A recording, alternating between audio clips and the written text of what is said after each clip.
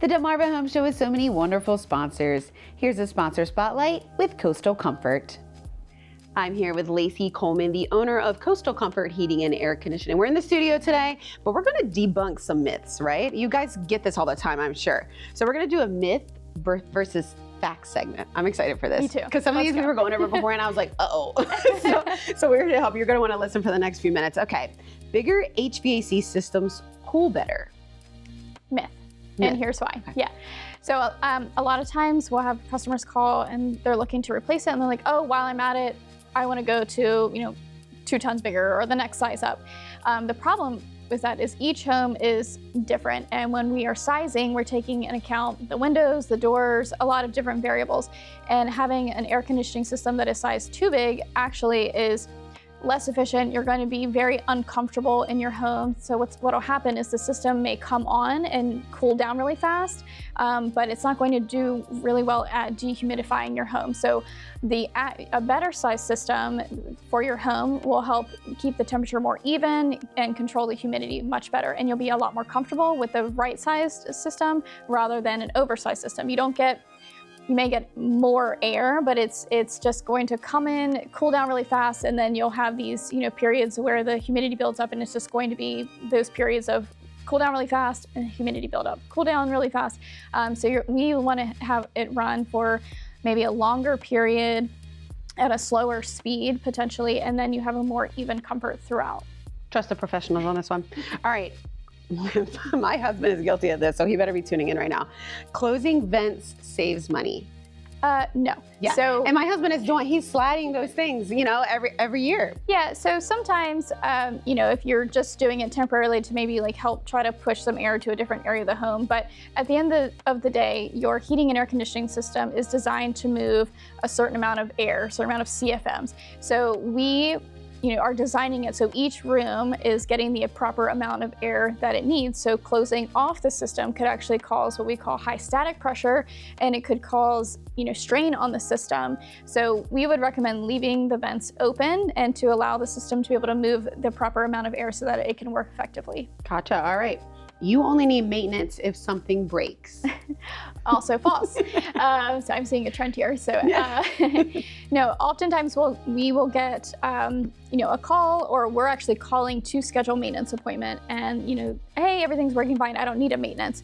So by the time that something is wrong, it's too late for maintenance. Yeah. So that would be a service call or coming out for a diagnostic. A maintenance, the intention of having a well-maintained system is to the longevity. It'll help the system last longer, be more efficient. So making sure those coils are clean, making sure the filters are clean, checking the amperage on different motors and the compressor and different items. So that way we can see, it's starting to be outside of specifications. It's indicating that it could fail soon, or it is already failing, and we can try to get in front of the issue. So having a maintained system will actually help prevent breakdowns and be more proactive rather than if it's already broken and it's reactive. And an unmaintained system is more likely to fail more often, as well as the lifespan is not going to be as long as you would want it to be.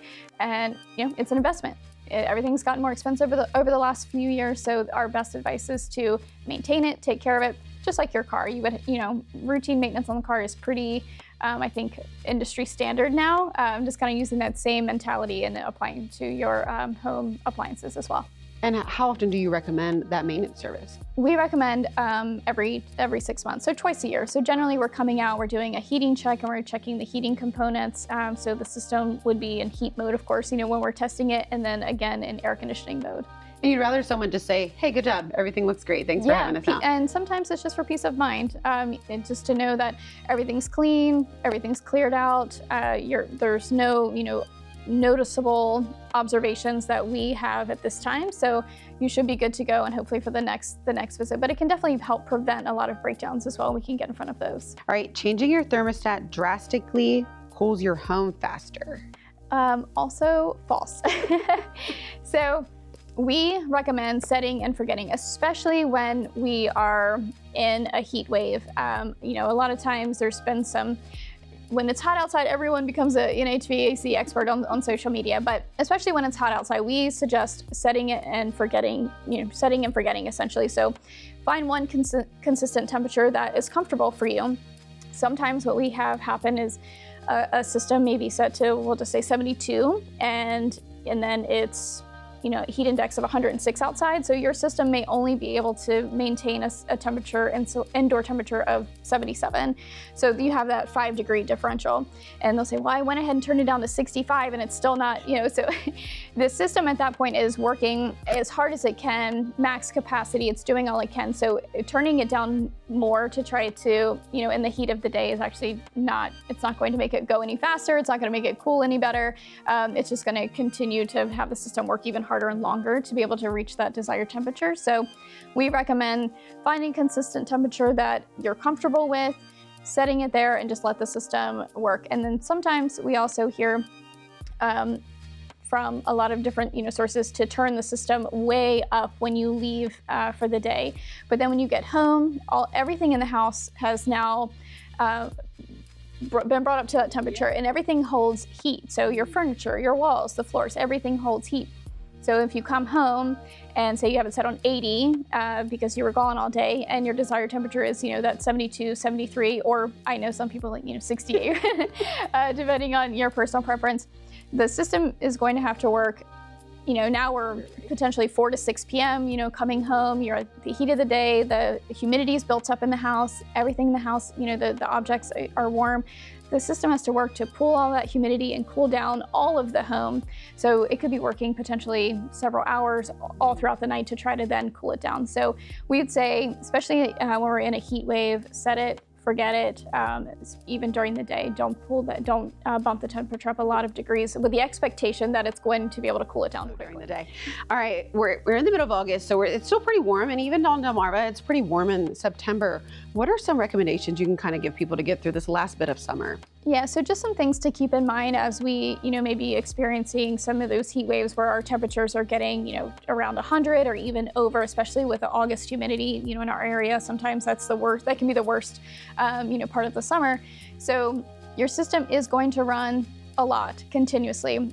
Here, in our area, in our region, the design temperature, so that means when systems are sized and designed, to national standards for our area, the outdoor temperature is 93 degrees and the indoor temperature is, I think, between 73 and 75. So that's how the systems are designed, which means 99% of our days are, cooling days are going to be under that threshold or around that threshold. The other 1% of the time, we're getting into 98, 99, 100 degrees. Your systems are going to run continuously, if not nonstop all the time. So that's normal. And sometimes it may still also, as I mentioned before, run a few degrees behind. And it's not necessarily to be alarmed. If it starts to catch up overnight or on those days when the temperature drops back down to the, around the 93 design temperature, then we don't, consider that alarming. So I know a lot of people when panic because they, don't want something to be wrong. And I totally understand. I don't want to be hot either. It's something, I experience, at my own house sometimes. So not to panic. If it's running all the time, and especially if it's maintaining your temperature, your system is doing beautifully, and it should be running all the time to be able to maintain your temperature. So just keep that in mind. Things, if it starts making a noise, if it can't maintain at least 80 degrees, if you notice any, the system freezing up, anything, if there's no air blowing through the vents, those are times that, okay, something is probably wrong, and we want to go ahead and call for a service call. Great. These are all great. Thanks for debunking all these myths. Of course. Are these problems that people call all the time? Yeah. So sometimes, it's our job just to help educate, the general public, because not everyone works with HVAC every day. Sometimes we ask, how many systems do you have? And, sometimes homeowners just don't know that information. So, that's what we're here for, to try to help, ease your mind, maybe arm you with a little bit of information. So that way you, kind of understand what's going on in your home as a homeowner and what to expect from your air conditioning system, especially in these extreme temperatures that we have in our summertime here. All right, Lacey, if people are having these problems, what's a good phone number to reach you guys? Yeah, 410-742-1435. Great. Thank you so much. Thank you.